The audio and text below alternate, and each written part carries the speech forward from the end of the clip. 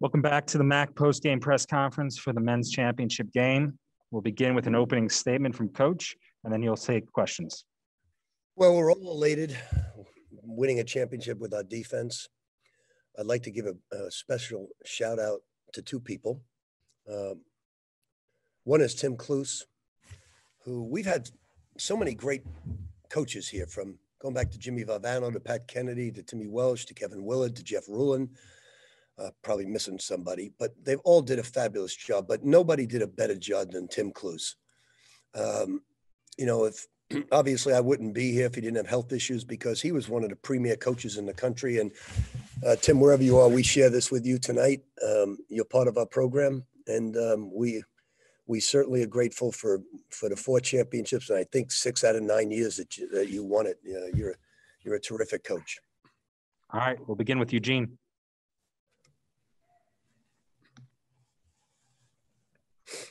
Rick, you're no stranger to the NCAA tournament, but what makes this year's Gaels unique from some of the other teams you've coached? Well, when you overcome adversity, and you just think about this, we're not the greatest shooting team in the world, and we just won 4 straight coming out of COVID 4 times, missing over 60 days. They never played really man defense before, and in the past 4 games, they held a very good Fairfield team to 18 points at halftime. Then, outside of free throws, Isaiah Ross did a fabulous job on Wojcik, who has been the key to Fairfield's run. Once he got eligible, they became a much better basketball team. So our defense is key for us. We're going to get stronger offensively when our big guys improve and get better. And certainly we've had a great recruiting class as well. And you became just the 3rd coach all time to lead 5 different schools to the NCAA tournament. What's that mean to you to be a part of that exclusive club? Well, I'm just really pleased to be at Iona. When you grow up in New York, I grew up on 26th Street in the east side of Manhattan. I lived in Queens. I lived in Long Island. I lived in Westchester when I was a Knick coach. And, I'm New York strong all the way through. And it means a lot to be at Iona because the president and the athletic director stepped out for me. They believed in me and my principles, and I'm real appreciative of that. I really enjoyed coaching in the EuroLeague, but to come back home and coach a program that's been so successful is exciting for me. And by the way, somebody showed me an article. If there are any writers out there, stop saying I'm old, because Joe Biden may be a little up there. I'm young. Although I'm 68, I'm going on 48 with my passion. So stop saying I'm old. Tommy Abatamarco, my assistant, he's old. We'll go next to Bruce. He hates when I say his age. Hey, Rick, Bruce Beck. Congratulations, Coach. Thank you, Bruce. Think about this, Rick. On the 2nd Saturday of March 2020, you were hired by Iona College. On the 2nd Saturday of March 2021, you led Iona to the NCAA tournament. Can you put that in perspective? Well, I do, because you have no idea how difficult it was coaching this year. And it was even more difficult playing this year. But like I told the players almost daily, we're never going to complain, because over 500,000 people have lost their lives and didn't even have funeral services. So we're never going to complain about what we went through. But for them to win 4 games coming out of COVID pause and to do these things is remarkable to me. We're excited to be in the tournament. We haven't played that many games this year, and we're getting better with each game that we play. All right. Thank you, Bruce. We'll go next to Billy.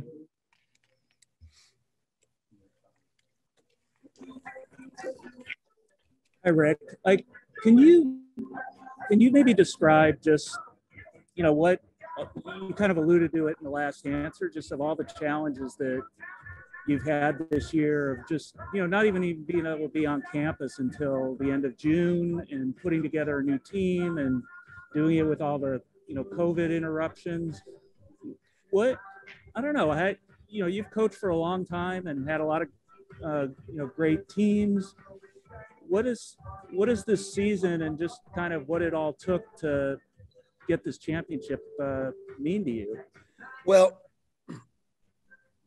It's very difficult to even imagine what we went through from a practice standpoint.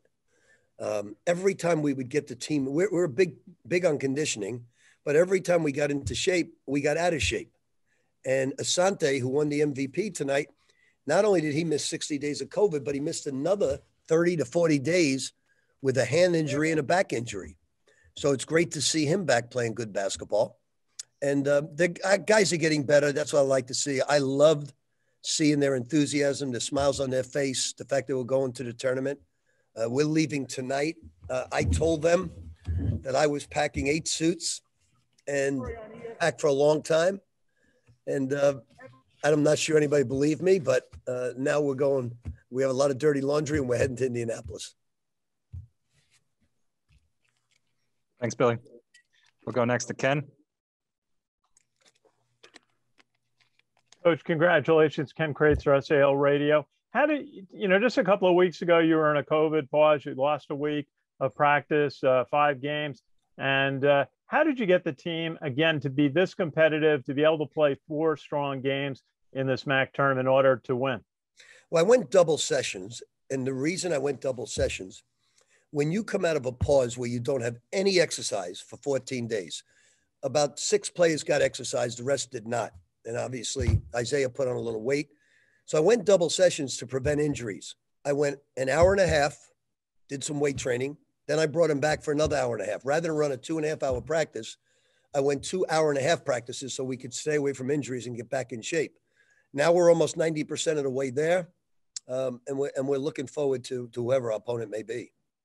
And Coach, Jess, you got great play today from Asante Giss, 18 points, and Isaiah Ross was making his inside shot today. Tell us about the play of your backcourt. Well, I told those guys to stop looking. I gave them a fascinating story. To me, it's fascinating because one of my heroes growing up was Mickey Mantle. I love the Yankees. I love the Mick. One night, I'm the assistant coach of the Knicks, and I stopped in to get a burger at Mickey Mantle's. At the bar I'm meeting a friend, Joe Caballera, and at the bar was, not at the bar, in a booth was Mickey Mantle and Billy Martin. And I said, you know what? They're probably drinking and I don't want to bother them, but I'd love to say hello to the Mick and Billy as well. So I went over, I said, hey guys, look, just want to say hello. I'm the assistant coach of the Knicks. Just want to meet you guys. I'm a big Yankee fan. Congratulations and everything. And I'm getting ready to walk out and they say, hey, sit down with us. So I spent an hour and 40 minutes sitting down with them. And I did ask quite a few questions, but I asked Mickey, and this is what I said to my team in the locker room. I said, Mickey, let me ask you a question. Obviously, you hit a lot of home runs. You're a switch hitter. Tell me, could you tell when you would hit a home run by guessing the pitch? And he said, tell you the truth, it's nice of you to mention the home runs, but I also struck out a lot.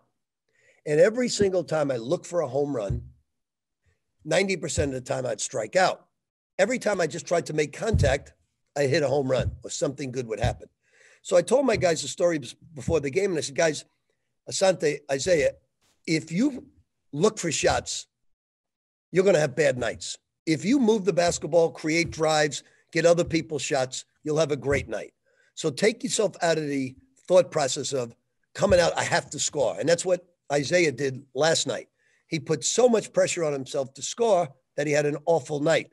Tonight, he did different things, but I'm really proud of his defense because outside of the free throws, he had Wosick with no points in the first half. All right, well, next, we'll go to Zach.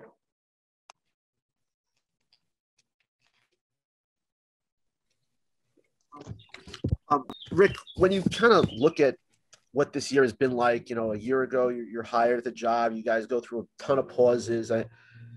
Have you ever been through a year like this and a season like this? For me, nothing will ever be as bad as 9/11. I lost my best friend, my brother-in-law in life, Kenneth Fitzgerald. We spoke every day for 31 years, sometimes twice a day. We went on vacations together. And my life would never be the same after 9/11 because of the loss of him and so many other friends. So although this was a lot of adversity, it doesn't come close to 9/11. And I always say this about the 500,000 lives that were lost. And I just keep thinking back to 9/11. I never had a funeral where I could see my brother-in-law.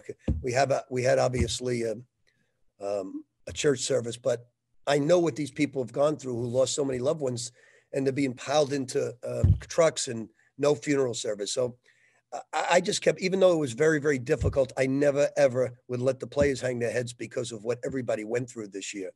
Now, God willing, we get vaccinated and we get back to some type of normalcy, and we'll appreciate everything that went on this year. Rick, what was it like seeing, at the Horn, seeing the smiles on their faces? Obviously, it's been a trying season. You guys, I mean, just seemed like, kind of like a kind of maybe relief or just a moment of pure joy. I think we were just really excited to play.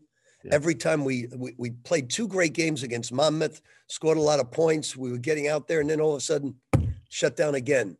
So to get back playing was the major thing. And, when you see as a coach, the players so happy, it really fulfills you as a basketball coach, because the coaching staff is in it for the players. We live vicariously through their smiles. So I was just tickled pink about watching them celebrate, and really proud of them. Next up, we have Adam. Rick, congratulations on a terrific accomplishment, my man. Thank you, Adam. When you first got the job, what did you know about Asante? I think he was mostly a 2-guard, played off the ball before this, right? And how did you kind of work with him to become the point guard he is now? Well, I went in the locker room after we beat them at Louisville. He was at Eastern Kentucky. And I told him, I said, son, you got to learn to make, I spoke to the whole team because their head coach was an assistant of mine. Actually, he was a manager of mine. And I said, son, you got to make people better. That's the key to a 5'10" guard. It's not just scoring. And he had a good year. And this was the first time I was going to play him at true point. And I said, look, you got a lot to learn.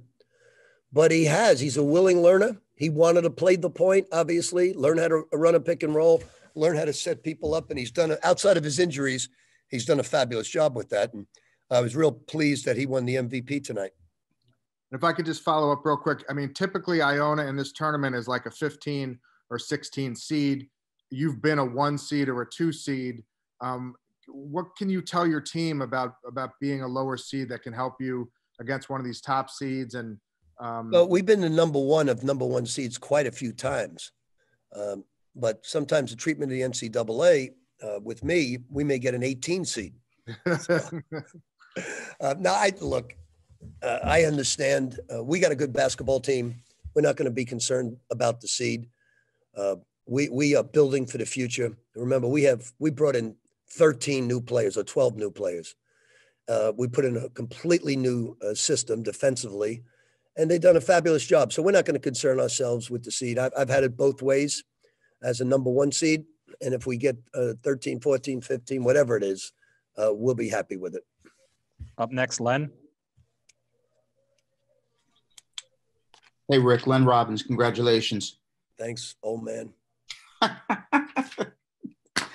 want to make sure I got this straight. You said that you saw Mickey Mantle and Billy Martin in a bar and you thought they might be having a drink?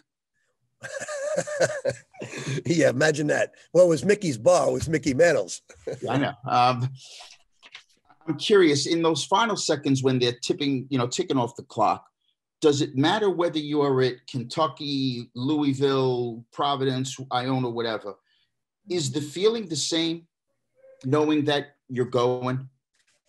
It's chill, but there's, it's a lot different. I've always said this. My favorite years were Providence College, 2 years, because it was too short. And we went from dead last place since the inception of the Big East, 7 straight years, to the Final Four. And it was so special. You remember that because they were in last place for 7 years. And now this year, we're stopped 4 different times, and we have key injuries, and we still get there to cut down the net. So it's pretty darn special. Iona I wanted to coach at a New York school. I wanted to coach at a New England school, a small Catholic school was my goal to end my career. And I was able to do that, and that makes me very proud. Thanks very much, Rick. Remember the Centrum C. Thank you, Len. We'll go next to Mike.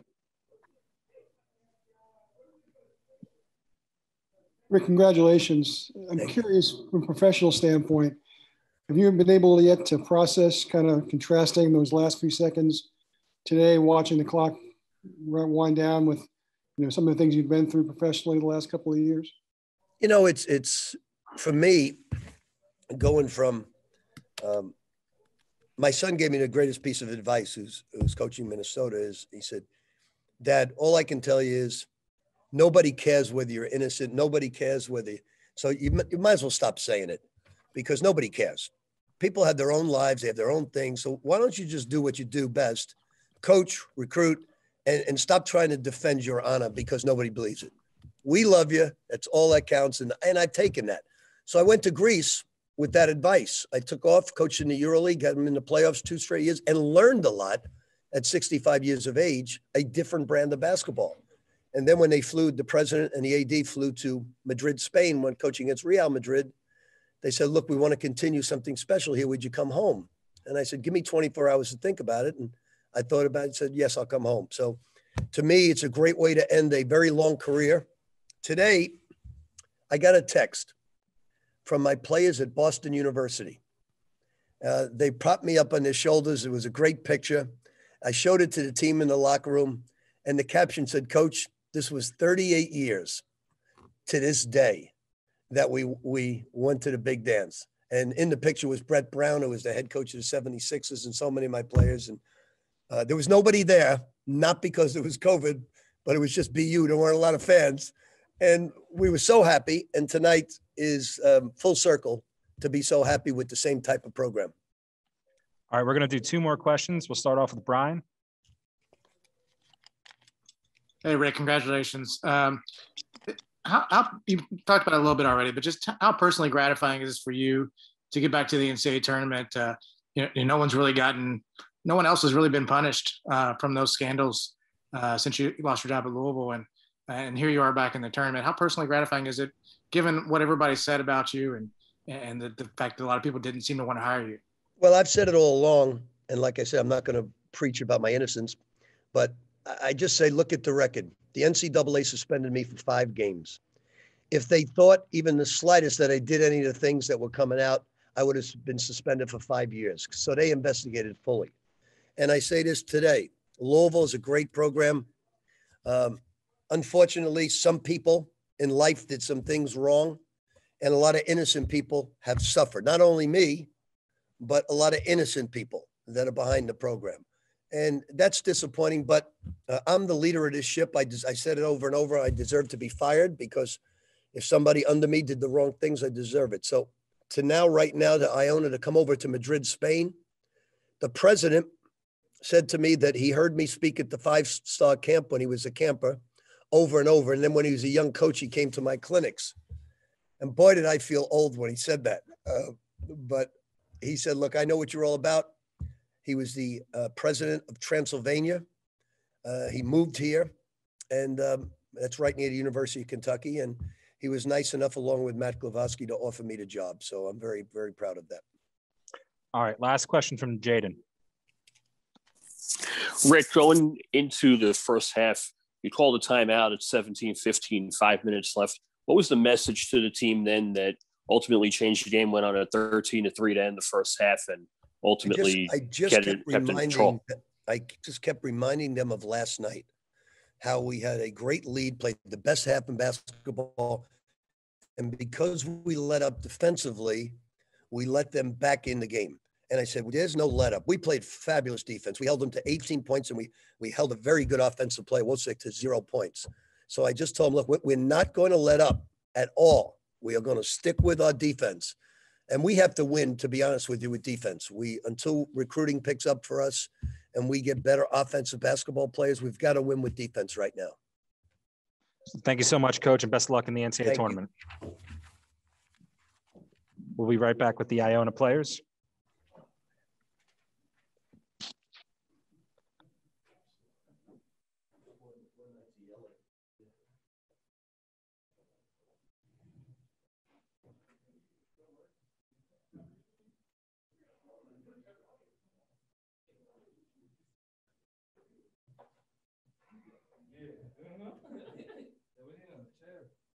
Bill, give him up another chair. Yeah, let's push this out a little bit.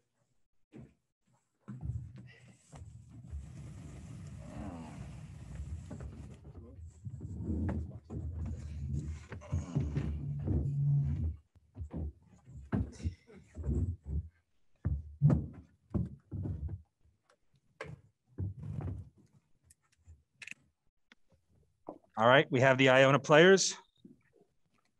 We will start off with Dan.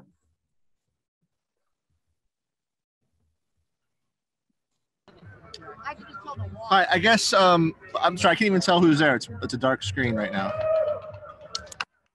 Oh, okay, sorry. Iona players, can you announce yourselves for the reporters? Berrick.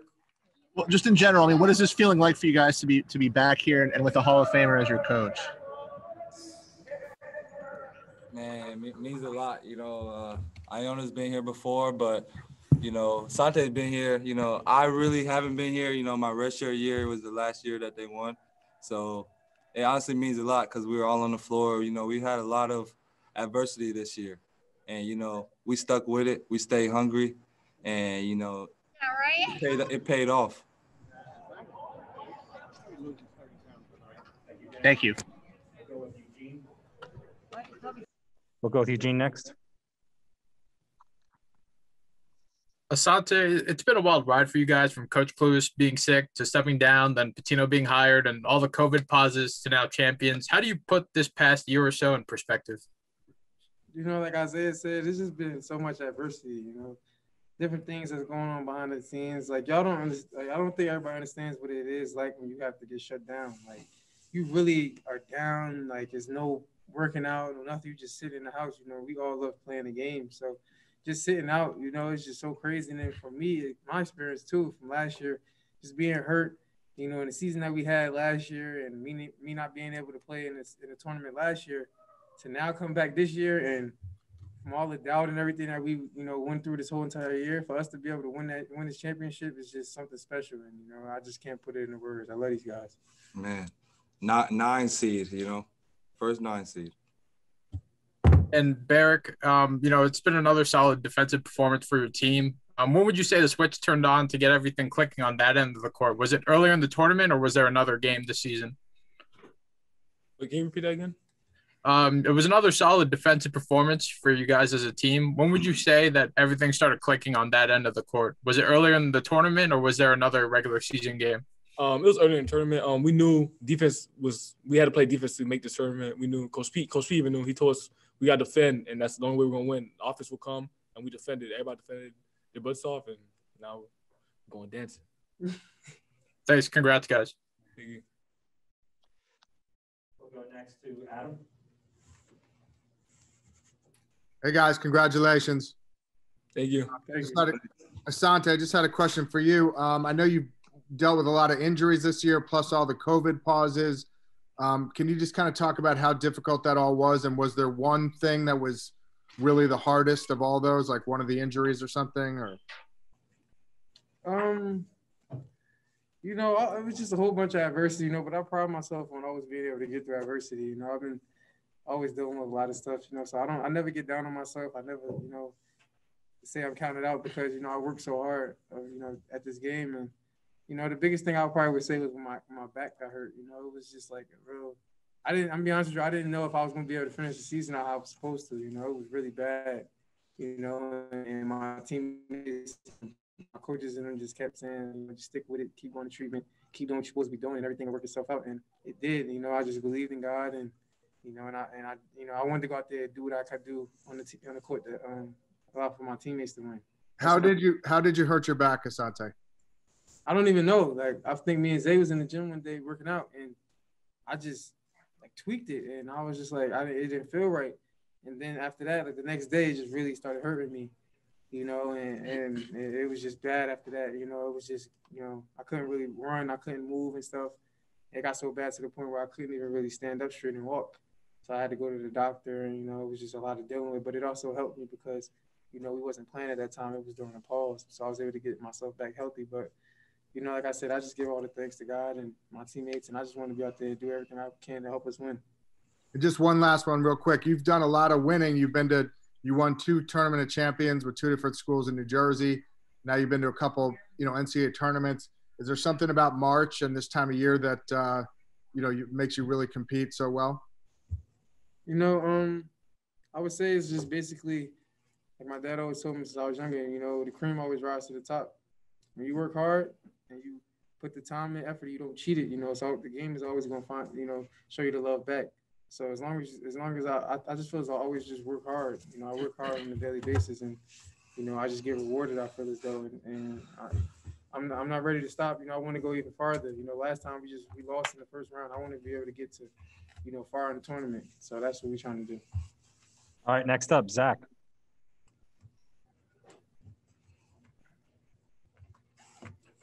Guys, at least for the guys who've won a tournament before here, you're used to obviously scoring a ton of points, with Iona and going up and down. How different kind of has this, as this year been, especially this tournament, with kind of the way you play? I feel like it's not different at all. The style of teams that we're playing, I feel like we could play any style of basketball. We could slow it up. We could play fast, so it's just who we're playing. Could you just describe what that moment was like when you won, after all the pauses and, all the uncertainty of, at times I'm sure if you guys were even going to play games, what it was like at the end there? It was meaningful, very meaningful, because first off, everybody's new to the program, new coach. We got a lot of young guys, freshmen, and we all just came in, we wanted to play. Every time I think we got going, we just got shut down. And it hurted, but every time we got out, we just came back and practiced harder than ever. And then we get shut down again, get hit, and get back up. And just kind of kept on getting back up. And then that last game, we stayed up and we weren't gonna get hit. Thanks, Zach. We'll go Aaron.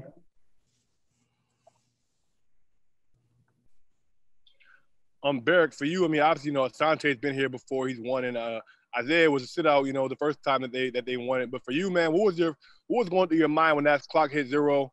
You got ran onto the court, man. What was the emotions going through your head? Well, my freshman year, I went with New Mexico State, so okay.